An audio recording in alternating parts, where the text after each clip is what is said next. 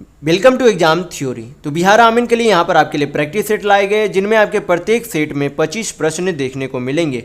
ये सभी प्रश्न जो आपके पहले जो बिहार आमीन के एग्जाम हुए उन पर आधारित ये सारे प्रश्न आपके होंगे। तो इन सभी 25 प्रश्नों को आप अटेम्प्ट करके जरूर देखिएगा और हमें कमेंट करके बताइएगा कि कुल 25 प्रश्नों में से आपके कितने प्रश्न सही गए हैं। तो बिहार आमीन के लिए आपके टोटल जो है यहाँ पर 10 सेट कराए जाएंगे, जिसमें आपके टोटल अभी तक 5 सेट कराए जा चुके हैं। ये सारे वीडियो आप हमारे चैनल के प्लेलिस्ट या फिर चैनल पर जाकर देख सकते हैं। तो आज हम लोग इस वीडियो में जो है सेट नंबर 6 इस वीडियो में देखेंगे। तो वीडियो के अंत तक जरूर बने रहिएगा। तो अगर आप इस चैनल पर नए हैं तो हमारे चैनल को सब्सक्राइब जरूर कर ले। यह हमारा सोशल मीडिया प्लेटफॉर्म है, आप हमसे यहाँ भी जुड़ सकते हैं। इसके लिंक आपको इस वीडियो के डिस्क्रिप्शन बॉक्स में मिल जाएंगे। और इस वीडियो को अपने दोस्तों के साथ शेयर करना बिल्कुल भी नहीं भूलिएगा। तो चलिए बढ़ते आज के प्रश्नों की ओर। तो देखेंगे क्वेश्चन नंबर 1। यहाँ पे दिया गया है कि वर्ष 2016 में कंपनी द्वारा उत्पादित जूते और शर्ट की कुल संख्या और वर्ष 2014 में कंपनी द्वारा उत्पादित पैंट की संख्या के बीच का अंतर क्या है, ये आपसे पूछा जा रहा है। तो यहाँ पर सबसे पहले हम लोग देखेंगे कि 2016 में जूते और शर्ट का कुल कितना उत्पादन किया गया था। तो 2016 आपका यहाँ पर है। तो 2016 में शर्ट और पैंट का कौन सा रंग है? शर्ट का आपका ये ऑरेंज रंग है और पैंट का ये आपका कुछ सादा टाइप का यहाँ पर कलर है। तो यहाँ पे देखेंगे कि शर्ट और यहाँ पर आपके पैंट का नहीं पूछा जा रहा, जूते का पूछा जा रहा है। किसका पूछा जा रहा है? जूते का पूछा जा रहा है। तो जूते का क्या है? यहाँ पर ब्लू है। तो यहाँ पर देखेंगे जूते का क्या है? 25 है और आपका शर्ट का यहाँ पर कितना है? 30 है। तो कुल मिलाकर 25 और 30 मिलाकर कुल जो है 2016 में कितने उत्पादन हुए? शर्ट और जूते का मिलाकर। तो 25 और 30 आपका कितना होता है? 55 होता है। कितना होता है आपका? 55। 25 और 30 जब आप जोड़ेंगे तो आपका कितना होगा? 55 होगा। फिर बोला गया कि 2014 में कंपनी द्वारा उत्पादित पैंट की संख्या। तो 2014 में पैंट की संख्या ये क्या है? आपका कलर जो ये आपके वाइट की तरह वो कलर का क्या है? आपका पैंट है। तो 2014 में पैंट कितना है? 2014 में पैंट आपका जो है कितना है? 15 है। 2014 में आपका पैंट कितना है? 15 यूनिट है। कितने यूनिट है? 15 यूनिट है।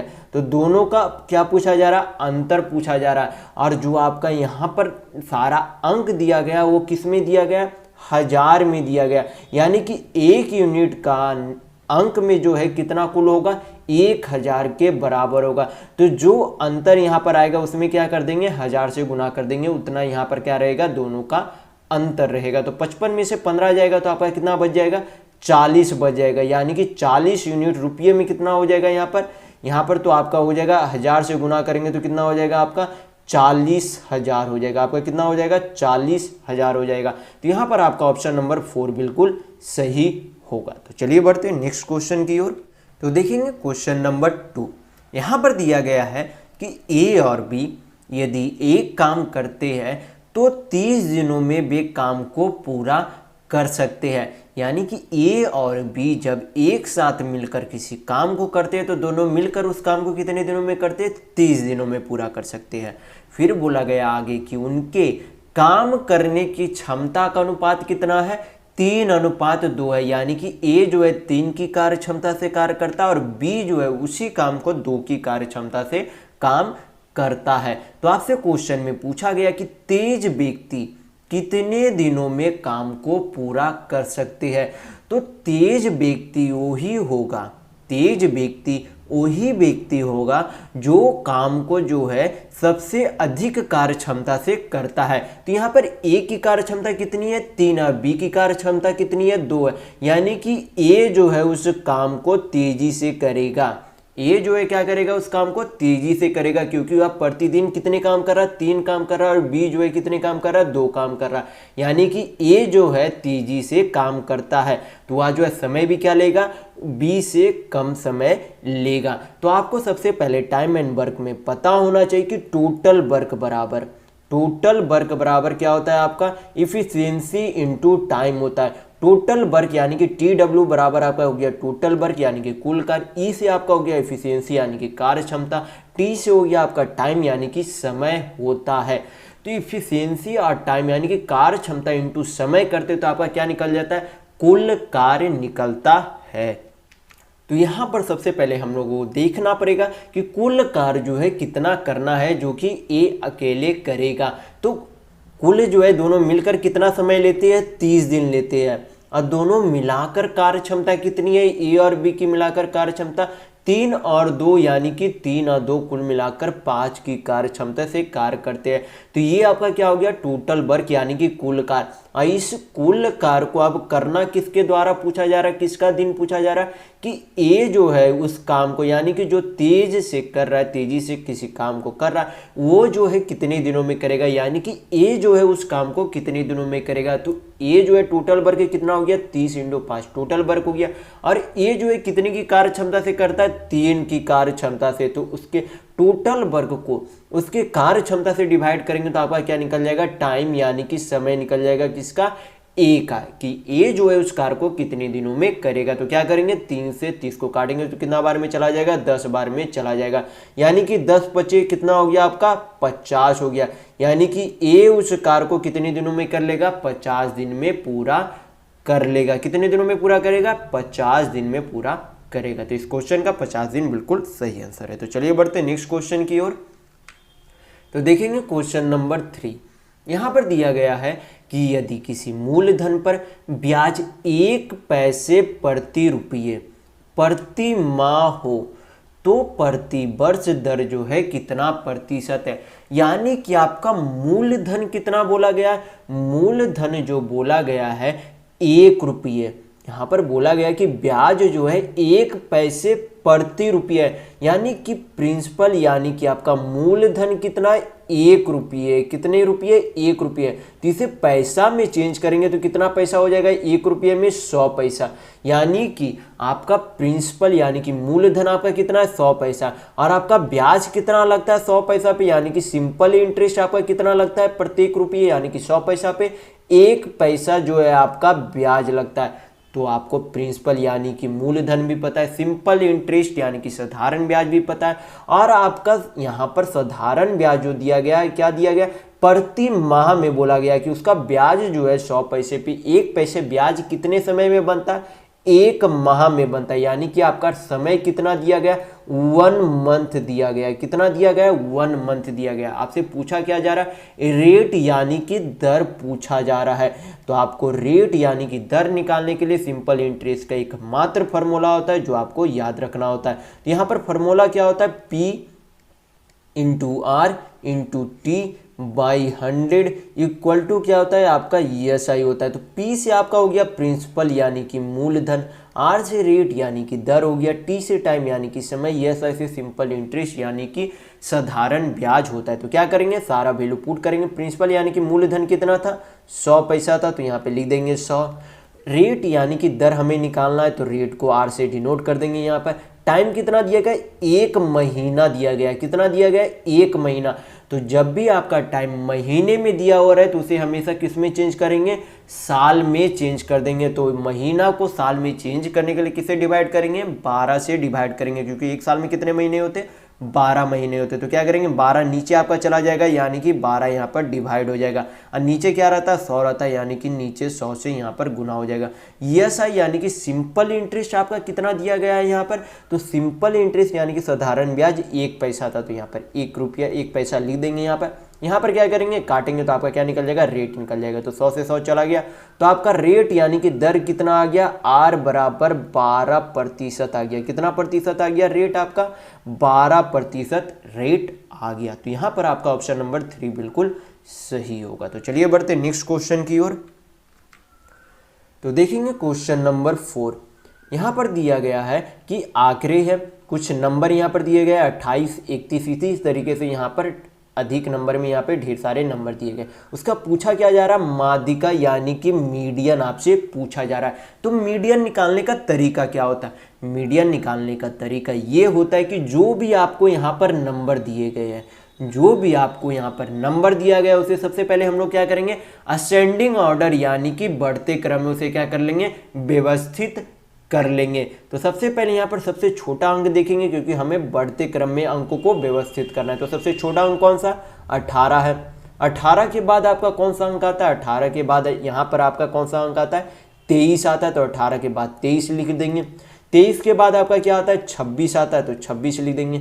26 के बाद आपका क्या आता है 28 आता है तो 28 को लिखेंगे। 28 के बाद आपका क्या आता है 31 आता है तो 31 को हम लोग यहाँ पर लिख देंगे। 31 के बाद आपका क्या आता है 31 के बाद आपको 34 आता है तो 34 लिखेंगे। 34 के बाद आपका 37 आया तो 37 लिखेंगे। उसके बाद आपका कितना आया 42 आया। तो सारी संख्या को हम लोगों ने क्या कर लिया असेंडिंग ऑर्डर यानी कि बढ़ते क्रम में व्यवस्थित कर दिया सारा। तो यहाँ पर फिर क्या करेंगे बीच की संख्या निकालनी रहती है। जब सारे संख्या को बढ़ते क्रम में व्यवस्थित करने के बाद क्या करना होता है हमें बीच की संख्या निकालनी होती है। जैसे कि हम लोग क्या करेंगे इधर 3 नंबर अलग हो जाएगा, यहाँ इधर 3 नंबर अलग हो गया तो यहाँ पर क्या बच गए यहाँ पर 2 नंबर बच गए। तो इसका हमें क्या निकालना पड़ेगा बीच की संख्या निकालनी पड़ेगी। तो 28 और 31 का बीच की संख्या कितना हो जाएगा। तो अगर आप नेचुरल तरीके से निकालना चाहे मुंह से तो आप निकाल सकते हैं कि 28 एक 29, यहाँ पर एक पीछे जाएंगे तो 30, यानी कि 29 और 30 के बीच का कितना हो जाएगा 29.5 हो जाएगा। लेकिन अगर आप इसे डिटेल्ड तरीका से निकालना चाहे तो आप इस तरीके से निकाल सकते हैं कि 28 प्लस 31 करेंगे आप बटा में क्या कर देंगे 2 से डिवाइड कर देंगे। तो 28 और 31 आपका कितना हो जाता है 3 और 2 5 हो जाएगा, 8 1 9 हो जाएगा, यानी कि 59/2 तो आपका कितना हो जाएगा 29.5 यानी कि 29.5 आ जाएगा। दोनों स्थितियों में आपका आंसर सेम होगा। तो यहाँ पर आपका ऑप्शन नंबर 1 बिल्कुल सही होगा। तो माध्यिका निकालने का आपको हमेशा तरीका पता होना चाहिए कि सभी नंबर को सबसे पहले क्या करेंगे बढ़ते क्रम में व्यवस्थित करेंगे और उसके बीच की संख्या निकाल लेंगे। तो चलिए बढ़ते हैं नेक्स्ट क्वेश्चन की ओर। तो देखेंगे क्वेश्चन नंबर 5। यहाँ पर दिया गया है कि सुरेश 120 रुपया में एक कलम 33.1/3% के लाभ पर बेचता है। फिर बोला गया कि 40% लाभ प्राप्त करने के लिए उसे किस मूल्य पर बेचा जाना चाहिए, ये आपसे पूछा जा रहा है। तो यहाँ पर हम लोग क्या करेंगे यहाँ पर सबसे पहले परसेंट को फ्रैक्शन में चेंज करेंगे। तो परसेंट को फ्रैक्शन में चेंज करने के लिए मैं पहले वाले वीडियो में इस एसएससी जीडी का जो आपका यहाँ पर चल रहा है प्रीवियस ईयर क्वेश्चन के सारे यहाँ पर सेट, उसमें मैं आपको काफ़ी बार परसेंट को जो है फ्रैक्शन में चेंज करने के लिए बता चुका हूँ। जैसे कि आप इसे पूर्णांक को यहाँ पर पूर्णांक में दिया गया तो इसे सबसे पहले फ्रैक्शन में नंबर में करेंगे तो इसे कितना हो जाएगा 33 या 99 या एक कितना हो जाएगा आपका 100/3% हो जाएगा। कितना हो जाएगा आपका 100/3%। तो परसेंट हटाएंगे तो नीचे क्या हो जाएगा 100 गुना हो जाएगा, नीचे क्या हो जाएगा 100 हो जाएगा, यानी कि 100 कट गया, यानी कि 33.1/3 को फ्रैक्शन के रूप में क्या लिख सकते हैं 1/3 भी लिख सकते हैं। और 40% को फ्रैक्शन में क्या लिख सकते हैं 2/5 लिख सकते हैं। तो आप हमेशा परसेंट को क्या करेंगे फ्रैक्शन में चेंज कर लेंगे ताकि आपकी समय में बचत हो परीक्षाओं में। तो यहाँ पर क्या करेंगे सबसे पहले बोला गया कि 120 रुपये में जब उसे बेचता है तो 33.5% का लाभ होता है। तो यहाँ पर हम लोग क्या निकाल लेंगे सीपी निकाल लेंगे कि उसे जो है कितने में पहले खरीदा गया था। तो 120 रुपया में बेच दिया गया, यानी कि 3 रुपया का सामान जो है 3 यूनिट का कोई सामान जो है 1 यूनिट के लाभ में बेच दिया गया। क्या किया गया 3 यूनिट के सामान को 1 यूनिट के लाभ में बेच दिया गया, यानी कि उसे बेचा कितने में गया 3 और 1 4 यूनिट में, यानी कि 4 नीचे आ जाएगा। और उसका सीपी यानी कि क्रय मूल्य कितना था 3 यूनिट था, नीचे आपका क्या हो गया विक्रय मूल्य, यानी कि इसे सारा पूरा हल करेंगे तो आपका क्या निकल जाएगा सीपी निकल जाएगा। क्या निकल जाएगा सीपी यानी कि क्रय मूल्य निकल जाएगा। तो अब हमें चाहिए यहाँ तक तो सीपी निकल गया, लेकिन अब हमें 40% लाभ पर उसे कितने रुपये में बेचा जाएगा ये पूछा जा रहा है। तो यहाँ तक सीपी निकल गया, तो उसके आगे एक बार और गुना करेंगे तो आपका क्या निकल जाएगा नया एसपी यानी कि नया विक्रय मूल्य निकल जाएगा। तो यहाँ पर बोला गया है कि 5 यूनिट का सामान जो है 2 यूनिट के लाभ में बेच दिया गया, यानी कि 5 यूनिट नीचे जाएगा और 2 यूनिट के लाभ में बेचा गया, यानी कि 5 और 2 7 यूनिट में उसे बेच दिया गया। तो सारा अब हल करेंगे तो आपका क्या निकल जाएगा नया एसपी यानी कि नया विक्रय मूल्य निकल जाएगा। तो चलिए इसे हल करते हैं तो कितना हो जाएगा 5 चौक 20, 20 छक कितना हो जाता है 120, ऊपर में सारा गुना करेंगे तो कितना हो जाएगा 7 या 21, 21 छक कितना होता है आपका 126 होता है, यानी कि 40% लाभ कमाने के लिए उसे 126 रुपया में बेचना होगा। तो यहाँ पर आपका ऑप्शन नंबर 4 बिल्कुल सही होगा। तो अगर आपको वीडियो पसंद आ रहा है तो लाइक करते चलिएगा। तो चलिए बढ़ते हैं नेक्स्ट क्वेश्चन की ओर। तो देखेंगे क्वेश्चन नंबर 6। यहाँ पर दिया गया है कि 80 छात्रों की एक कक्षा में 60% छात्र अर्थशास्त्र यानी कि इकोनॉमिक्स में क्या होते हैं, उत्तीर्ण यानी कि पास हुए। फिर बोला गया कि केवल 20% इतिहास में जो है उत्तीर्ण हुए। यहाँ पर आपका नहीं होगा, परीक्षा में आपका नहीं था। तो यहाँ पर बोला गया कि केवल 20% इतिहास में जो है क्या हुए, उत्तीर्ण हुए। फिर बोला गया कि अधिकतम बच्चों की संख्या जो ना तो अर्थशास्त्र में उत्तीर्ण हुए और न ही इतिहास में उत्तीर्ण हुए, उन बच्चों की संख्या क्या है, ये आपसे पूछा जा रहा है। तो यहाँ पर जो है बोला गया कि 60% छात्र जो है क्या है, अर्थशास्त्र यानी कि इकोनॉमिक्स में पास है, और 20% छात्र जो है क्या है, इतिहास यानी कि हिस्ट्री में पास है। तो कुल मिलाकर अधिकतम जब निकाला जाएगा कि कुल मिलाकर जो है कितने स्टूडेंट जो है पास है अधिकतम में, तो कितने पास हो जाएंगे, 60% इकोनॉमिक्स में और 20% हिस्ट्री में, यानी कि टोटल 60 और 20 80% स्टूडेंट जो है क्या हो जाएंगे, पास हो जाएंगे। 80% स्टूडेंट क्या हो जाएंगे, पास हो जाएंगे। तो किसी भी कक्षा में हमेशा जो है खुद में जो है कितना 100% छात्र रहते हैं, उसमें से 80% क्या हो गए, आपके पास हो गए। तो फेल कितना हो गए होंगे, 20% स्टूडेंट जो है 20% स्टूडेंट जो है क्या हो गए होंगे, फेल हो गए होंगे। तो टोटल स्टूडेंट कितना था, 80 स्टूडेंट था। तो उसमें पूछा जा रहा है कि नंबर में जो है कितने स्टूडेंट जो है फेल हो गए। तो क्या निकाल लेंगे, 80 का 20%। क्या निकाल लेंगे हम लोग, 80 का 20%। तो 20% बटा नीचे 100 हो जाएगा। 20 से काटेंगे तो 20 25 100, 5 से काटेंगे 80 को तो कितना बार में चला जाएगा, 16 बार में। यानी कि 16 स्टूडेंट ऐसे हैं जो ना तो हिस्ट्री, ना ही इकोनॉमिक्स यानी कि ना ही अर्थशास्त्र और ना ही इतिहास में पास हुए। तो यहाँ पर आपका ऑप्शन नंबर 2 बिल्कुल सही होगा। तो चलिए बढ़ते नेक्स्ट क्वेश्चन की ओर। तो देखेंगे क्वेश्चन नंबर 7। यहाँ पर दिया गया है कि सबसे छोटी संख्या ज्ञात कीजिए, जो 4, 8 और यहाँ पर जो आपका क्वेश्चन परीक्षाओं में दिया गया था सबसे छोटी वर्ग संख्या, ये जो आपका यहाँ पर दिया गया था परीक्षा में सबसे छोटी वर्ग संख्या दिया गया था। ये आपको ध्यान देना है क्योंकि यहाँ पर वर्ग हटा दिया जाएगा तो आपको यहाँ पर आंसर गलत आ जाएगा। तो परीक्षा में आपका दिया गया था कि सबसे छोटी वर्ग संख्या ज्ञात क्या होगा, मतलब कि सबसे छोटी वर्ग संख्या कौन सी होगी जो 4, 8, 2, 6, 12 से पूरी तरीके से विभाजित होगा। तो हम इसे क्या बना सकते हैं, बाई ऑप्शन से बेहतर तरीका से इसे बना सकते हैं। तो सबसे पहले देखेंगे कौन सी संख्या वर्ग यानी कि स्क्वायर है। तो 24 किसी का भी स्क्वायर नहीं होता, 25 स्क्वायर होता है जो कि 5 का होता है, 24 किसी का स्क्वायर नहीं होता। 36 स्क्वायर होता है, 6 का होता है, तो 36 यहाँ पर रहेगा आपका ऑप्शन में। 48 भी आपका किसी का स्क्वायर नहीं होता, यानी कि 48 भी आपका आंसर नहीं होगा। तो 2 ऑप्शन आपका यहाँ पर आंसर हो सकता है, या तो 36 या तो 144 हो सकता है, क्योंकि 144 12 का स्क्वायर है और 36 6 का स्क्वायर है। आपको हमेशा परीक्षा में जाने से पहले 1 से 30 तक का स्क्वायर आप हमेशा याद रखेंगे, क्योंकि इस तरीके के प्रश्न में आपको समय की बचत होगी। तो यहाँ पर आपको यहाँ पर 2 ऑप्शन हम लोगों ने क्या कर लिया, एलिमिनेट कर लिया। तो अब देखेंगे कि कौन सा नंबर जो है जो कि इन चारों संख्या से क्या हो रही है, पूरी तरीके से विभाज्य हो रही है। तो हम जब हम लोग यहाँ पर देखेंगे कि 8 से 36 को जब काटते हैं तो 8 से 36 बिल्कुल भी नहीं कटती है, पूरी तरीके से विभाज्य नहीं होता, यानी कि 36 भी इसका ऑप्शन नहीं होगा।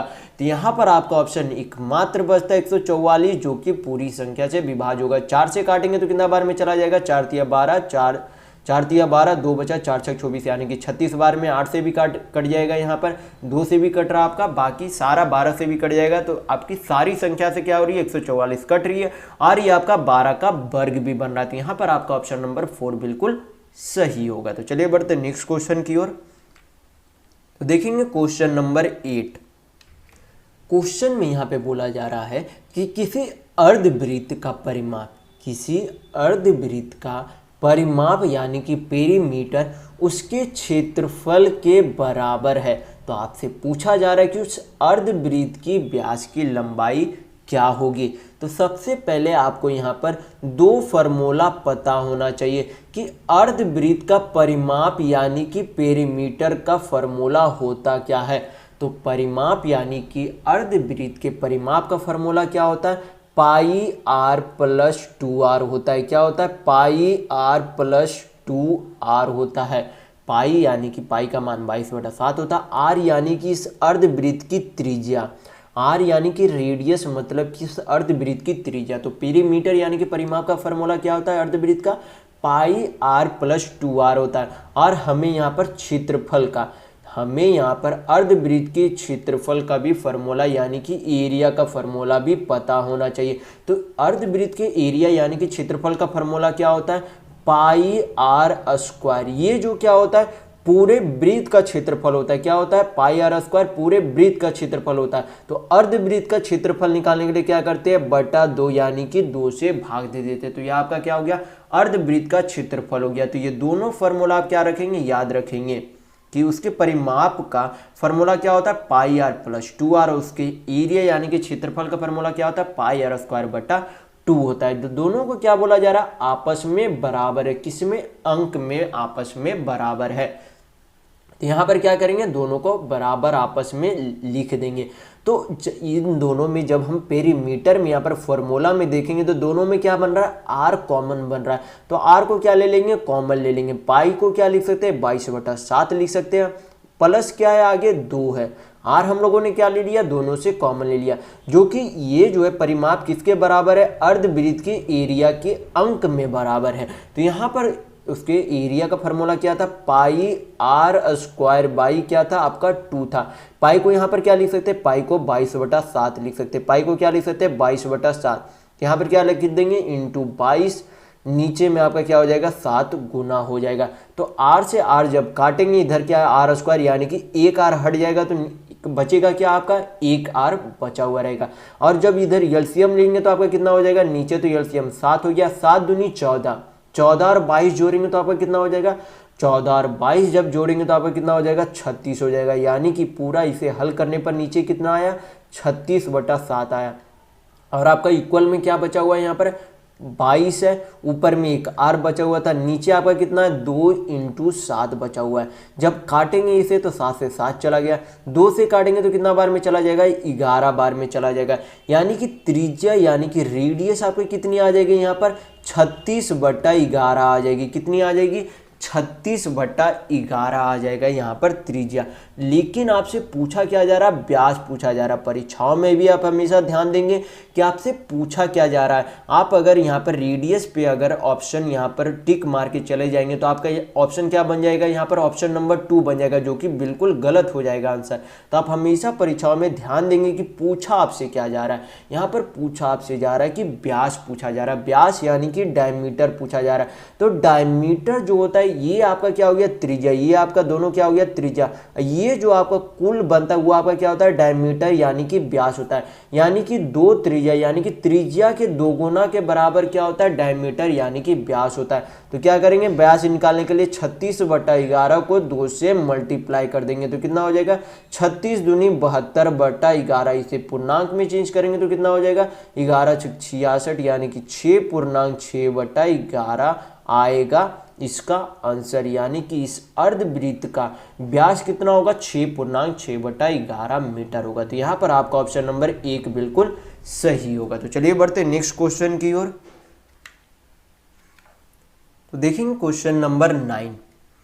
यहाँ पर आपका क्या है, ये सिंप्लीफिकेशन का क्वेश्चन है। आपको हमेशा सिंप्लीफिकेशन बनाने के लिए बॉड मास थ्योरम आपको हमेशा पता होना चाहिए कि क्या होता है। मैं पहले वाले वीडियो में काफ़ी बार बता चुका हूं कि बॉड मास थ्योरम क्या होता है, क्योंकि आपके एसएससी जीडी में पिछले साल में आपके लगभग सभी शिफ्ट में आपके सिंप्लीफिकेशन के प्रश्न देखने को मिले। तो बॉड मास थ्योरम आपको हमेशा पता होना चाहिए कि सिंप्लीफिकेशन बनाने के लिए। तो बी से आपका क्या होता है, ब्रैकेट। ब्रैकेट कितने प्रकार के होते हैं, 3 प्रकार के। एक आपका बिग ब्रैकेट होता है, एक आपका मिडिल ब्रैकेट होता है, एक आपका स्मॉल ब्रैकेट होता है। ओ से ऑफ हिंदी में का दिया हो रहता है, डी से डिवाइड यानी कि भाग होता है, एम से मल्टीप्लाई यानी कि गुना होता है, ए से ऐड यानी कि जोड़ होता है, एस से सब्ट्रैक्ट यानी कि घटा होता है। जो पहले आपका दिया गया यानी कि ब्रैकेट है, बॉडमास थ्योरम है, ब्रैकेट पहले है तो पहले ब्रैकेट को हल करेंगे, उसके बाद ऑफ को, उसके बाद डिवाइड को। तो जिस तरीके से आपको बॉडमास थ्योरम में जो आपको दिया गया है उसे पहले हल करेंगे, जो बाद में दिया गया उसे बाद में हल करेंगे। तो चलिए इसे हल करते हैं। तो सबसे पहले हम लोग क्या करेंगे, यहाँ पर स्मॉल ब्रैकेट का हल करेंगे।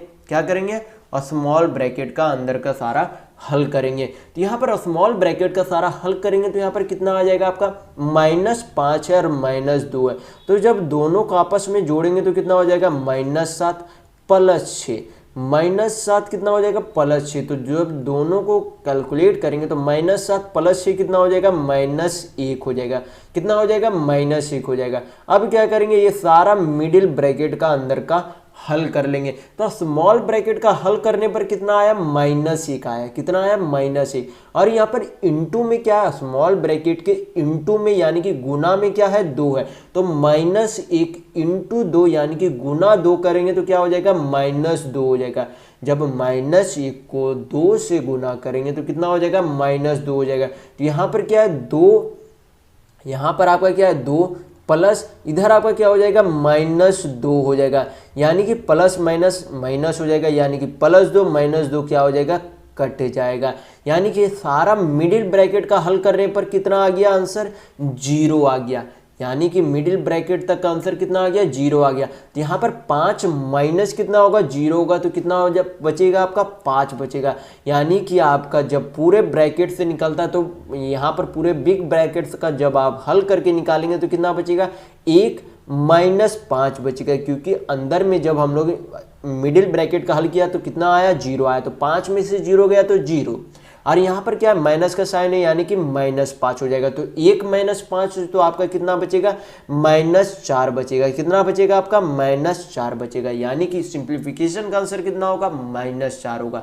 यहाँ पर आपका ऑप्शन नंबर 2 बिल्कुल सही होगा। तो आप हमेशा जो है सिंप्लीफिकेशन को परीक्षाओं में ध्यानपूर्वक बनाया करेंगे। तो चलिए बढ़ते हैं नेक्स्ट क्वेश्चन की ओर।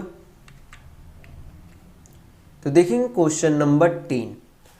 यहां पर दिया गया है कि एक समवृत्ताकार शंकु के आधार का क्षेत्रफल कितना है, 1408/7 सेंटीमीटर स्क्वायर है। किसका, शंकु के आधार का क्षेत्रफल। फिर बोला गया कि इसकी ऊंचाई यानी कि हाइट कितना है, 6 सेंटीमीटर है। तो आपसे क्वेश्चन में पूछा जा रहा है कि शंकु का वक्र पृष्ठ क्षेत्रफल कितना होगा। तो सबसे पहले शंकु यानी कि क्या होता है, कोण होता है। तो कोण का बोला क्या गया, आधार का क्षेत्रफल। तो शंकु के आधार में क्या होता है, एक सर्कल होता है। क्या होता है, एक तरीके से सर्कल होता है यानी कि वृत्त होता है। यानी कि अभी आपको पिछले वाले कुछ इसी वीडियो में आपके 1-2 प्रश्न पहले बताया गया कि वृत्त के क्षेत्रफल का फॉर्मूला क्या होता है, πr² होता है। यानी कि उसके एरिया का फॉर्मूला क्या होता है, πr² होता है। यानी कि शंकु के आधार का क्षेत्रफल यानी कि उसका एरिया का फॉर्मूला क्या होगा, πr², जो कि मान में कितना दिया गया, 1408/7 सेंटीमीटर स्क्वायर दिया गया। तो यहाँ पर से हम लोग क्या निकाल सकते हैं, त्रिज्या यानी कि रेडियस निकाल सकते हैं। तो चलिए इसे हल करेंगे। तो पाई को क्या लिख सकते हैं, 22/7 लिख सकते हैं। r² हमें निकालना, तो यहाँ पे r² लिख देंगे। और पूरा एरिया आधार का कितना दिया गया, यानी कि क्षेत्रफल कितना दिया गया, 1408/7 सेंटीमीटर स्क्वायर दिया गया। तो क्या करेंगे, इसे सारा हल करेंगे तो 7 कट गया। 11 से काटेंगे तो 11 दूनी 22, 11 1 आपका कितना बचा, 3, 11 दूनी 22, 11 8 88। 2 से काटेंगे तो कितना बार में, 6 4 यानी कि 64 बार में चला जाएगा। तो 64 किसका स्क्वायर होता है, तो 8 का स्क्वायर होता है। तो जब इसे स्क्वायर है इधर क्या करेंगे, अंडर रूट में चेंज करेंगे तो 64 क्या बन जाएगा, 8 बन जाएगा। यानी कि शंकु के आधार की त्रिज्या कितनी आ गई, 8 सेंटीमीटर आ गई।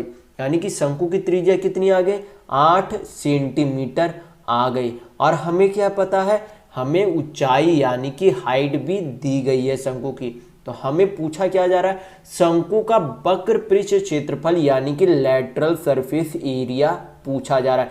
तो सबसे पहले हमें पता होना चाहिए कि शंकु का वक्र पृष्ठ क्षेत्रफल यानी कि लैटरल सरफेस एरिया का फॉर्मूला होता क्या है। तो फॉर्मूला क्या होता है आपका, πr/l होता है। क्या होता है आपका, πr/l होता है। यल जो है इसे कहा जाता है स्लांट हाइट को कहा जाता है, जिसे कि हिंदी में तिर्यक ऊंचाई कहा जाता है और इसे यल से डिनोट किया जाता है।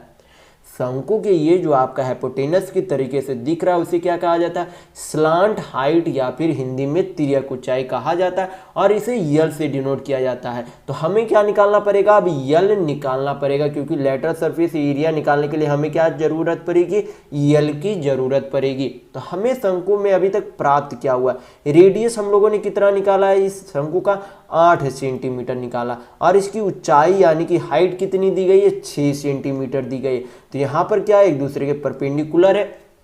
तो 6 और 8 का जब हाइपोटेनस थ्योरम से यहाँ पर यल निकालेंगे तो यल आपका कितना आ जाएगा, 10 सेंटीमीटर आ जाएगा। कितना आ जाएगा, 10 सेंटीमीटर। आपको यहाँ पर पता होना चाहिए कि हाइपोटेनस थ्योरम से क्या करते हैं, यहाँ पर 6 का स्क्वायर करेंगे तो 6 छक 36 हो जाएगा, 8 का स्क्वायर करेंगे तो 64 हो जाएगा, 36 और 64 कितना होता है, 100 बनता है। तो 100 किसका स्क्वायर होता है, तो 10 का स्क्वायर होता है। आपको ये सब जो है ट्रिपलेट फॉर्म याद रखना है, जैसे कि 3 4 5 ये आपका ट्रिपलेट बनता है, उसी तरीके से 6 8 10 आपका ट्रिपलेट बनता है, उसी तरीके से आपका बनता है 24 हो गया, 576 और 625। इसी तरीके से आपके कुछ और ट्रिपलेट बनते हैं। तो इस तरीके से आपको ट्रिपलेट कुछ आपको याद रखना है ताकि आपके परीक्षाओं में बचत हो। यहाँ पर 6 8 का ट्रिपलेट क्या बना, 10 बना, यानी कि आपका यल कितना आ गया, 10 आ गया। तो यहाँ पर से क्या निकाल सकते हैं हम लोग, शंकु का वक्रपृष्ठ क्षेत्रफल निकाल सकते हैं। तो चलिए सारा क्या करते हैं, वैल्यू पुट करते हैं इसके फॉर्मूला पे। तो पाई को क्या लिख सकते हैं, 22/7 लिख सकते हैं। रेडियस यानी कि त्रिज्या हमारी कितनी आ गई थी, यहाँ पर 8 सेंटीमीटर आ गई थी। यल हमारा कितना आया, यहाँ पर 10 आया। तो क्या करेंगे, सारा गुना करेंगे तो 22 8 कितना होता है आपका, 176 होता है। 176 इंटू 10 कितना हो जाएगा, 1760/7 सेंटीमीटर स्क्वायर होगा। यानी कि इस शंकु का वक्रपृष्ठ क्षेत्रफल कितना है, 1760/7 सेंटीमीटर स्क्वायर इस शंकु का वक्रपृष्ठ क्षेत्रफल यानी कि लेटरल सरफेस एरिया आया है। तो यहाँ पर आपका ऑप्शन नंबर 1 बिल्कुल सही होगा। तो चलिए बढ़ते हैं नेक्स्ट क्वेश्चन की ओर। तो देखेंगे क्वेश्चन नंबर 11। यहाँ पर दिया गया है कि एक शर्ट के अंकित मूल्य पर 30% की छूट मिलने से एक व्यक्ति एक टाई भी जो है क्या कर सकता है, खरीद सकता है। जब उस शर्ट पर 30% की छूट दी गई तो उस छूट में जितने रुपया का बचत हुआ उसे क्या खरीद लिया, उसने एक टाई खरीद लिया। तो बोला गया फिर आगे कि जिसका क्रय मूल्य यानी कुछ टाई का क्रय मूल्य कितना है, 210 रुपये है। तो पूछा जा रहा है कि व्यक्ति ने शर्ट के लिए कितना भुगतान किया था। तो किसी भी वस्तु का यहाँ पर अंकित मूल्य खुद में कितना होता है, 100% होता है। यानी कि यहाँ पर क्या मान लिया हम लोगों ने कि किसी वस्तु का खुद में जो है कितना होता है, मार्केट प्राइस 100% होता है। यानी कि उस शर्ट का जो है अंकित यानी कि उसमें मार्केट प्राइस कितना था, उस शर्ट का मूल्य 100% था। उस पर क्या किया गया, 30% की छूट दी गई। 100% पे क्या किया गया, 30% का छूट दिया गया। यानी कि 100% में जब 30% का छूट दिया गया होगा तो उसे कितना में बेच दिया गया होगा, उस शर्ट को 70% में उसे बेच दिया गया होगा। कितने में बेच दिया गया होगा, 70% में बेच दिया गया होगा। और छूट कितने का दिया गया, 30% का छूट दिया गया उस शर्ट पे। तो जो बोला गया है कि 30% छूट जो है कितने के बराबर है, 210 रुपये के बराबर है। यानी कि 30% बराबर कितना है, 210 रुपये। तो हमें पूछा क्या जा रहा है कि व्यक्ति के शर्ट के लिए भुगतान कितना किया गया था। तो व्यक्ति के शर्ट के लिए भुगतान कितना किया गया था, 70% भुगतान किया गया था, क्योंकि 100% मार्केट प्राइस यानी कि अंकित मूल्य था, 30% छूट यानी कि 70% में खरीदा था। और जो 30% छूट दिया गया था जो कि कितने रुपया था, 210 रुपया था, जिसमें टाई खरीदा गया था। तो यहाँ पर से हम लोग क्या निकाल सकते हैं, 70% का वैल्यू निकाल सकते हैं। तो हल करेंगे इसे, तो क्या निकालेंगे, सबसे पहले 1% का वैल्यू निकालेंगे। तो 1% का वैल्यू तो 0 0 चला गया, 3 से काटेंगे तो कितना बार में, 7 बार में चला जाएगा। यानी कि 1% का वैल्यू कितना आ गया, 7 रुपया आ गया। तो हमें चाहिए कितना, 70% का वैल्यू। तो दोनों तरफ क्या करेंगे, 70 से गुना कर देंगे। तो कितना हो जाएगा, 70% बराबर कितना हो जाएगा, 7 7 49। यानी कि उस शर्ट को जो है कितना में खरीदा गया था, 490 रुपया में खरीदा गया था। तो यहाँ पर आपका ऑप्शन नंबर 2 बिल्कुल सही होगा। तो चलिए बढ़ते हैं नेक्स्ट क्वेश्चन की ओर। तो देखेंगे क्वेश्चन नंबर 12। यहाँ पर दिया गया है कि 120 बैग का क्रय मूल्य प्रत्येक क्रय मूल्य जो है 120 बैग है, उनमें से प्रत्येक बैग जो है कितने रुपये का है, 15 रुपये का है। फिर बोला गया आगे कि उनमें से 40 बैग को जो है 18 रुपये प्रति बैग में जो है बेचा गया। फिर बोला गया कि 4 रुपये प्रति बैग का समग्र लाभ, यानी कि कुल मिलाकर उसे इतना में बेचना होगा कि उसे जो है कुल मिलाकर 4 रुपये प्रति बैग का क्या हो, लाभ प्राप्त करे। तो पूछा जा रहा है कि शेष बैग को जो है किस मूल्य पर बेचा जाना चाहिए, ये आपसे पूछा जा रहा है। तो यहाँ पर सबसे पहले हम लोग देखेंगे कि उसे लाभ कुल रुपये में कितना चाहिए। तो यहाँ पर जो 120 बैग है और उसे जो है 4 रुपये प्रति बैग की दर से उसे लाभ चाहिए, यानी कि उसे कुल लाभ कितना चाहिए। तो 120 बैग है, 4 रुपये प्रति बैग लाभ चाहिए, यानी कि कुल लाभ कितना हो जाएगा। तो 120 इंटू 4 कितना, 120 इंटू 4, यानी कि कुल मिलाकर 120 इंटू 4 करेंगे तो कितना हो जाएगा, 480 रुपये के उसे क्या चाहिए, कुल मिलाकर उसे कुल लाभ चाहिए। यानी कि 120 बैग को उसे बेचकर कुल मिलाकर उसे 480 रुपये का लाभ चाहिए। लेकिन जब उसने 40 बैग बेचा तो उसे कितने की दर से बेचा, 18 रुपये प्रति बैग की दर से बेचा। तो खरीदा था कितने में, 15 रुपये प्रति बैग की दर से खरीदा था।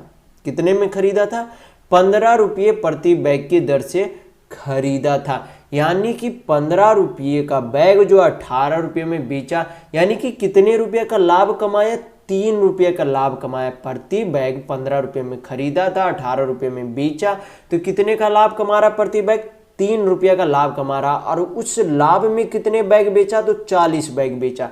3 रुपये का प्रति बैग लाभ कमा रहा है, 40 बैग बेचा, तो कुल मिलाकर 40 दिया कितना हो जाएगा, 120 रुपये। यानी कि 40 बैग बेचकर उसने जो है कितने का लाभ कमा लिया, 120 रुपये का लाभ कमा लिया। लेकिन उसे कुल मिलाकर बेचकर कुल बैग को बेचने के बाद उसे कितना चाहिए, 480 रुपये का लाभ चाहिए। और 120 रुपये अभी तक लाभ कमा चुका, यानी कि अभी उसे लाभ और कितना कमाना है, तो 480 माइनस 120 तो कितना हो जाएगा आपका, 360 हो जाएगा। यानी कि 360 रुपये उसे लाभ अभी और कमाना है, जो कि कमाएगा कितने बैग में, तो 40 बैग बेच चुका है।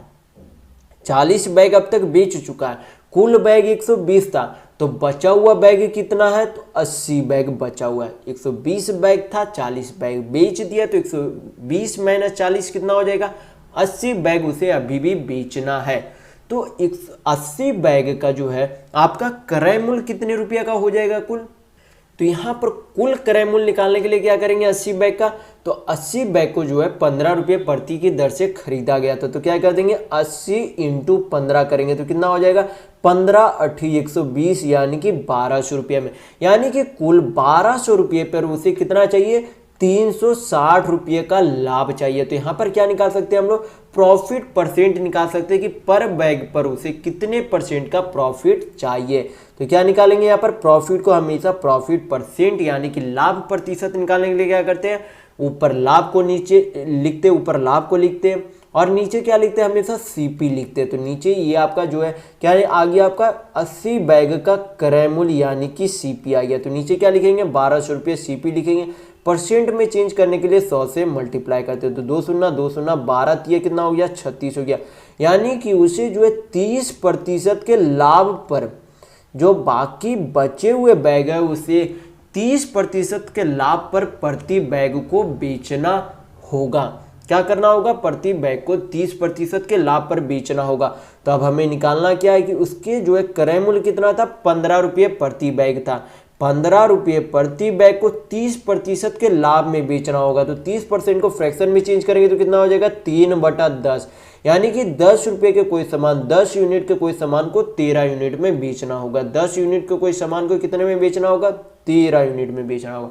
तो क्या करेंगे, इसे हल करेंगे तो क्या निकल जाएगा कि प्रत्येक वस्तु का उसे जो है कितना में बेचना होगा। तो क्या करेंगे, इसे हल करेंगे तो 5 तिया 15, 5 दूनी 10, तो यहाँ पर कितना हो गया, 13 तिया 39/2। तो पॉइंट में चेंज करेंगे तो कितना हो जाएगा, 19.5 रुपये होगा। तो यहाँ पर आपका ऑप्शन नंबर 3 बिल्कुल सही होगा। तो ये क्वेश्चन अगर आपको समझ में नहीं आया तो एक दो बार रिपीट करके इसे जरूर देखें, आपको जरूर ही इसे समझ में आ जाएगा। तो चलिए बढ़ते हैं नेक्स्ट क्वेश्चन की ओर। तो देखेंगे क्वेश्चन नंबर 13। यहाँ पर दिया गया है कि एक पेन ड्राइव को 30% और 20% की दो क्रमिक छूट देने के बाद जो है क्या किया गया, बेचा गया था। फिर बोला गया कि यदि वस्तु का विक्रय मूल्य 560 रुपये था, यदि वस्तु का विक्रय मूल्य 560 रुपये था तो पेन ड्राइव का अंकित मूल्य क्या था। तो सबसे पहले क्या करेंगे, 30% को फ्रैक्शन में चेंज करेंगे। मैं इस वीडियो में बता चुका हूं कि परसेंट को फ्रैक्शन में किस तरीके से चेंज किया जाता है। तो 30% को फ्रैक्शन में चेंज करेंगे तो कितना हो जाएगा, 3/10। आप 20% को फ्रैक्शन में चेंज करेंगे तो कितना हो जाएगा, यहाँ पर आपका 1/5 हो जाएगा। कितना हो जाएगा, 1/5। यानी कि 10 यूनिट की कोई वस्तु पर जो है क्या किया गया, 3 यूनिट का छूट दिया गया। यानी कि 10 यूनिट की कोई अंकित मूल्य वस्तु थी, उस पर 3 यूनिट का छूट, यानी कि उसे कितना में बेच दिया गया, 7 यूनिट में बेच दिया गया। यानी कि इधर मार्क्ड प्राइस है, इधर आपका क्या एसपी है, यानी कि इधर अंकित मूल्य है, इधर आपका विक्रय मूल्य है। फिर उसके बाद भी क्या किया गया, 20% का छूट, यानी कि 1/5 का छूट दिया गया। यानी कि 5 यूनिट की कोई वस्तु पर जो है 1 यूनिट की छूट दी गई। यानी कि 5 यूनिट की कोई वस्तु पर 1 यूनिट की छूट, यानी कि उसे 4 में बेच दिया गया। तो जब इधर सारा गुना करेंगे तो क्या निकल जाएगा, मार्क्ड प्राइस यानी कि अंकित मूल्य, इधर गुना करेंगे तो आपका क्या निकल जाएगा, एसपी यानी कि विक्रय मूल्य निकल जाएगा। तो ये आपका क्या आपस में है, ये आपका रेशियो में। तो क्या करेंगे, आपका रेशियो में क्या निकल जाएगा, मार्क्ड प्राइस और एसपी यानी कि विक्रय मूल्य का अनुपात निकल जाएगा। अनुपात निकालने से पहले यहाँ पर देखेंगे कि दोनों में कॉमन क्या मिल रहा है, दोनों में कॉमन 2-2 मिल रहे। तो 2-2 से क्या करेंगे, काट देंगे, 2×5 = 10, 2×2 = 4, ताकि कैलकुलेशन आपका आगे आसान हो जाए। तो यहाँ पर क्या करेंगे, इसे कैलकुलेट करेंगे तो 5×5 = 25 हो गया, और इधर आपका कितना हो गया, 7×2 = 14, यानी कि एसपी यानी कि आपका विक्रय मूल्य कितना है, 14 यूनिट। तो 14 यूनिट बराबर कितना दिया गया, 560 रुपये। तो यहाँ पर से हम लोग क्या निकाल सकते हैं, 1 यूनिट का वैल्यू। तो जब 14 से 560 को काटेंगे तो कितना बार में चला जाएगा, 14×4 = 56, यानी कि 40 रुपये आएगा। यानी कि 1 यूनिट बराबर कितने रुपये, 40 रुपये। तो हमें चाहिए क्या, अंकित मूल्य चाहिए। तो अंकित मूल्य कितने यूनिट है, तो 25 यूनिट है। तो 1 यूनिट का मूल्य अगर 40 रुपये है तो 25 यूनिट का वैल्यू निकालने के लिए क्या कर देंगे, 25 से गुना करेंगे तो कितना हो जाएगा, 25×100 यानी कि 1000 रुपये हो जाएगा। तो यहाँ पर आपका ऑप्शन नंबर 3 बिल्कुल सही होगा। तो चलिए बढ़ते हैं नेक्स्ट क्वेश्चन की ओर। तो देखेंगे क्वेश्चन नंबर 14। यहाँ पर दिया गया है कि 2500 रुपये धनराशि पर 4% वार्षिक ब्याज की दर से 2 वर्ष का साधारण ब्याज तथा चक्रवृद्धि ब्याज का अंतर क्या होगा। तो जब आपको 2 वर्ष का साधारण ब्याज और चक्रवृद्धि ब्याज का अंतर पूछा जाए तो आपको एक फॉर्मूला हमेशा याद रखना है कि क्या होता है, P×R² बाई नीचे 10,000, P×R²/10,000 इक्वल टू क्या होता है, CI माइनस SI यानी कि चक्रवृद्धि ब्याज माइनस साधारण ब्याज। P से आपका हो गया प्रिंसिपल यानी कि मूलधन, R से रेट यानी कि दर, CI से कंपाउंड इंटरेस्ट यानी कि चक्रवृद्धि ब्याज, SI से सिंपल इंटरेस्ट यानी कि साधारण ब्याज होता है। तो क्या करेंगे, सारा फार्मूला पे वैल्यू पुट करेंगे तो आपका साधारण ब्याज और चक्रवृद्धि ब्याज का अंतर आपको प्राप्त हो जाएगा। तो प्रिंसिपल यानी कि मूलधन कितना है, 2500 रुपया। तो यहाँ पर क्या लिख देंगे, 2500 रुपया लिख देंगे। रेट यानी कि आपका दर कितना दिया गया, 4%। तो 4 का क्या करेंगे, स्क्वायर करेंगे, क्योंकि यहाँ पर R² है। तो 4 का स्क्वायर करेंगे तो कितना हो जाएगा, 4×16। नीचे कितना है आपका, 10,000 है, तो 10,000 लिख देंगे। कैलकुलेट करेंगे तो 2 शून्य 2 शून्य कट गया। 25 से काटेंगे तो 25×100 कटेगा। 4 से काटेंगे तो 16 को, तो 4 बार में चला जाएगा। यानी कि आपका CI माइनस SI यानी कि चक्रवृद्धि ब्याज माइनस साधारण ब्याज का अंतर आपका कितना आ गया, 4 रुपये आ गया। कितना अंतर आ गया, 4 रुपये आ गया। तो यहाँ पर आपका ऑप्शन नंबर 1 बिल्कुल सही होगा। तो चलिए बढ़ते हैं नेक्स्ट क्वेश्चन की ओर। तो देखेंगे क्वेश्चन नंबर 15। यहाँ पर दिया गया है कि 1 किलोमीटर की दौड़ में AB को जो है कितने मीटर से हरा देता है, 125 मीटर से हरा देता है। फिर बोला गया कि यदि A की गति 16 मीटर प्रति सेकेंड है तो b की गति क्या होगी, यानी कि b की चाल यानी कि उसकी स्पीड क्या है, ये आपसे पूछा जा रहा है। तो सबसे पहले आपको एक फार्मूला पता होना चाहिए कि समय बराबर आपका क्या होता है, दूरी बटा चाल होता है। क्या होता है आपका फार्मूला, समय बराबर दूरी बटा चाल होता है। तो समय यानी कि टाइम, दूरी यानी कि डिस्टेंस और चाल यानी कि आपका स्पीड होता है। तो समय बराबर क्या होता है, दूरी बटा चाल। यानी कि ए बी को हराया है तो ए कितना चला होगा, ए पूरे 1 किलोमीटर चला होगा। ए पूरे कितने किलोमीटर चला होगा, 1 किलोमीटर चला होगा। और बी जो है 125 मीटर से हार जाता है रेस, तो ए जब 1 किलोमीटर पूरा चल जाता है तो बी जो है कितने दूरी चला होगा। जब ए 1 किलोमीटर चलता है तो उतने समय में बी कितने दूरी चल चुका होगा, 125 मीटर से हारता है 1 किलोमीटर की रेस में, तो वो कितनी दूरी चला होगा, तो 1 किलोमीटर यानी कि 1000 मीटर माइनस, क्योंकि 1 किलोमीटर में कितना मीटर होता है, 1000 मीटर। तो 1000 मीटर माइनस 125 मीटर करेंगे तो कितना हो जाएगा, 875 मीटर हो जाएगा। यानी कि ए अगर 1 किलोमीटर जितना समय में चलता है तो बी जो है उतने ही समय में कितने मीटर मात्र चला होगा, 875 मीटर मात्र चला होगा। यहाँ पर क्या करेंगे, दोनों का जो है समय बराबर यहाँ पर करेंगे। तो समय बराबर आपको क्या बोला गया, दूरी बटा चाल। तो ए जो है कितना दूरी चलता है, 1 किलोमीटर चलता है। तो 1 किलोमीटर मीटर में चेंज कर लेंगे हम लोग यहाँ पर, तो कितना हो जाएगा 1000 मीटर, क्योंकि 1 किलोमीटर में कितना मीटर होता है, 1000 मीटर। और चाल उसकी कितनी है, एक ही, तो 16 मीटर पर सेकेंड है। तो ये क्या निकल गया आपका, 1 किलोमीटर 16 मीटर पर सेकेंड की चाल से 1 किलोमीटर चलने में ए को कितना समय लगा, ये हमें यहाँ पर प्राप्त हो गया। लेकिन बी उतने ही समय में कितना चलता है, 875 मीटर चलता है। कितने की चाल से चलता है, तो नीचे मान लेंगे यक्स जो है, बी जो है यक्स की चाल से चलता है। दोनों का यहाँ पर समय क्या है, आपस में बराबर है, क्योंकि जितने समय में 1000 मीटर ए चलता है उतने ही समय में 875 मीटर कौन चलता है, बी चलता है। तो दोनों का समय क्या हो जाएगा, यहाँ पर बराबर हो जाएगा। यक्स का वैल्यू निकालेंगे तो आपका क्या निकल जाएगा, बी की चाल निकल जाएगी। तो इसे क्या करेंगे, हल करेंगे यहाँ पर। तो 125 से काटेंगे तो यहाँ पर कितने बार में चला जाएगा, 7 बार में यहाँ पर चला जाएगा आपका। 125 से 8 बार में यहाँ पर चला जाएगा। 8 से काटेंगे 16 को तो 2 बार में चला जाएगा। तो यक्स बराबर कितना हो जाएगा, 7 दूनी 14 हो जाएगा। कितना हो जाएगा, 14।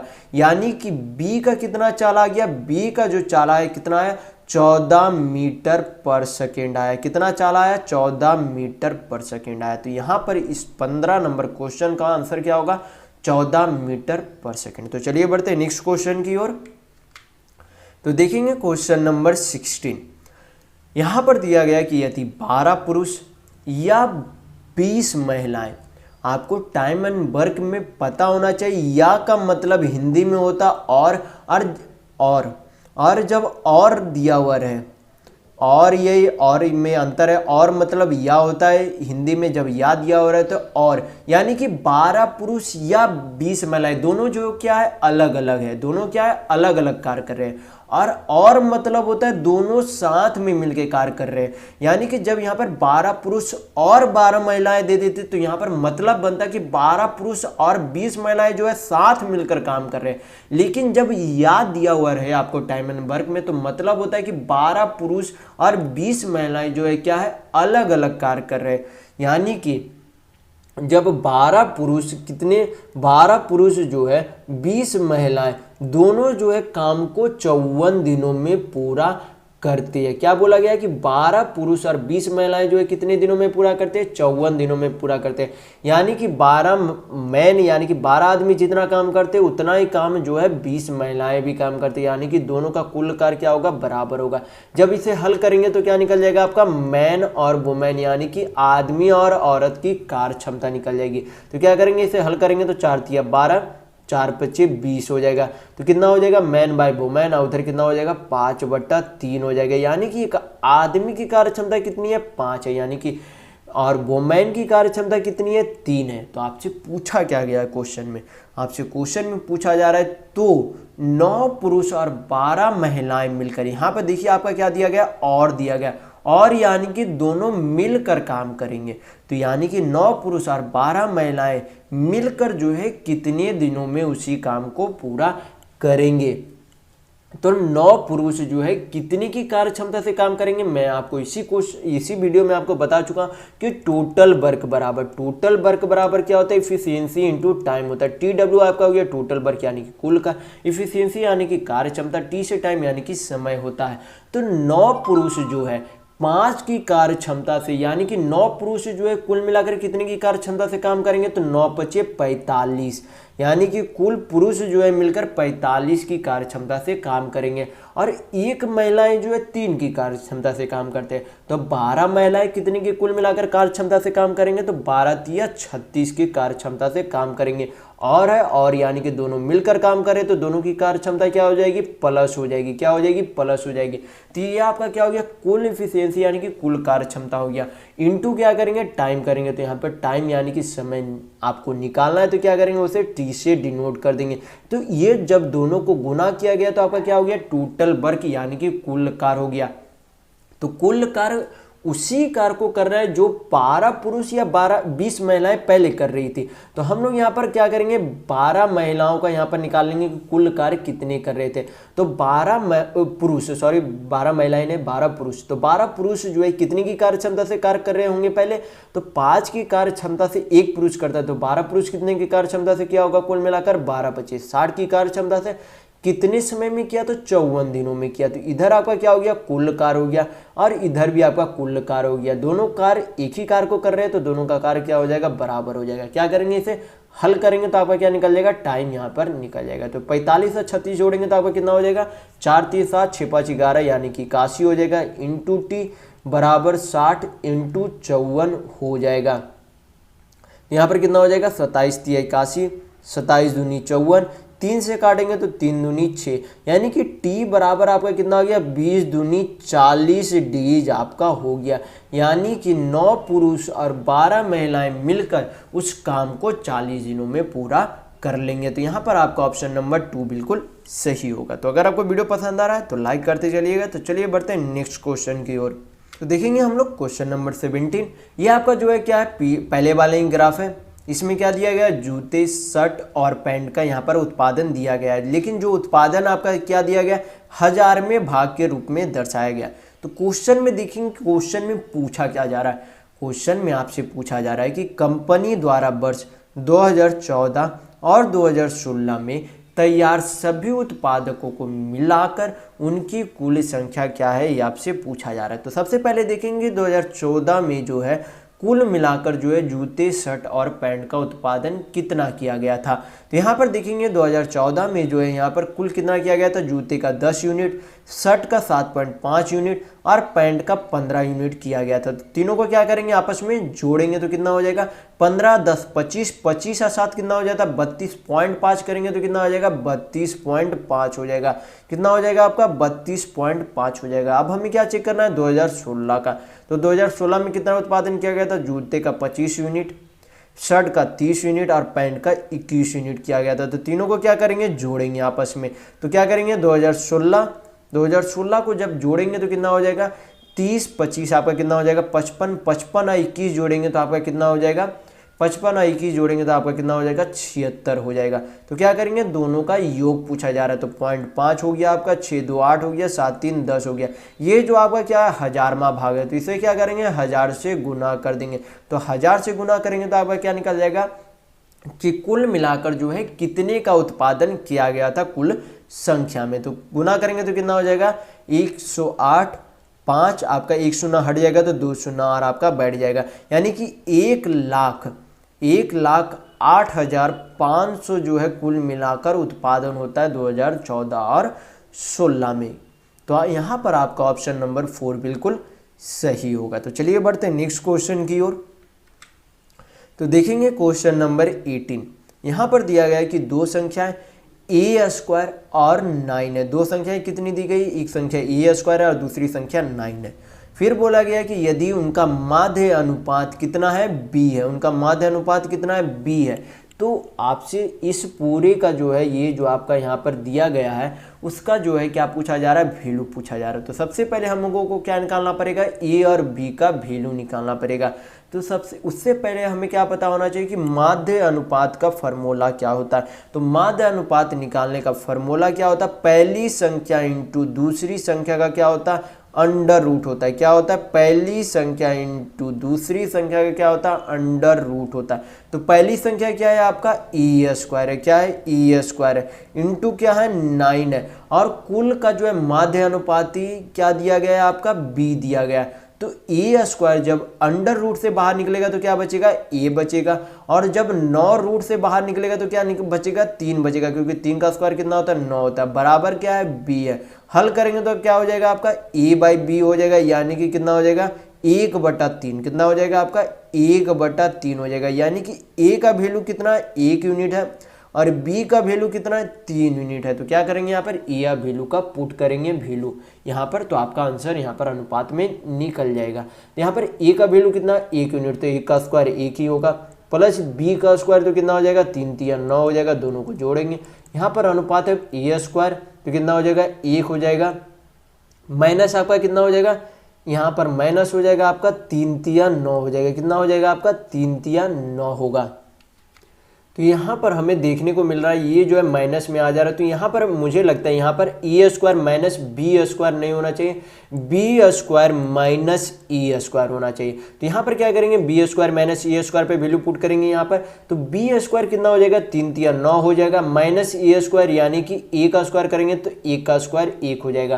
तो क्या करेंगे, इसे हल करेंगे तो 9 1 आपका कितना होता है, 10 होता है, अनुपात हो गया, 9 में से 1 गया तो कितना बचा, 8 बचा, यानी कि कट रहा है तो इसे काटेंगे तो 2 5 कितना हो जाएगा, 10 हो जाएगा, तो कितना हो जाएगा, 2 चौक 8 हो जाएगा, यानी कि कितना अनुपात आ गया आपका आंसर, 5:4 आंसर होगा। तो यहाँ पर आपका ऑप्शन नंबर 4 बिल्कुल सही होगा। तो यहाँ पर आपका ए स्क्वायर माइनस बी स्क्वायर नहीं होगा, बी स्क्वायर माइनस ए स्क्वायर होगा, क्योंकि आपका यहाँ पर ए से वैल्यू बड़ा है किसका, बी का। तो यहाँ पर आपका आंसर ऑप्शन नंबर 4 बिल्कुल सही होगा। तो चलिए बढ़ते हैं नेक्स्ट क्वेश्चन की ओर। तो देखेंगे क्वेश्चन नंबर 19, ये आपका पहले वाले ही ग्राफ है, इसमें जूते शर्ट पैंट का यहाँ पर संख्या दी गई है।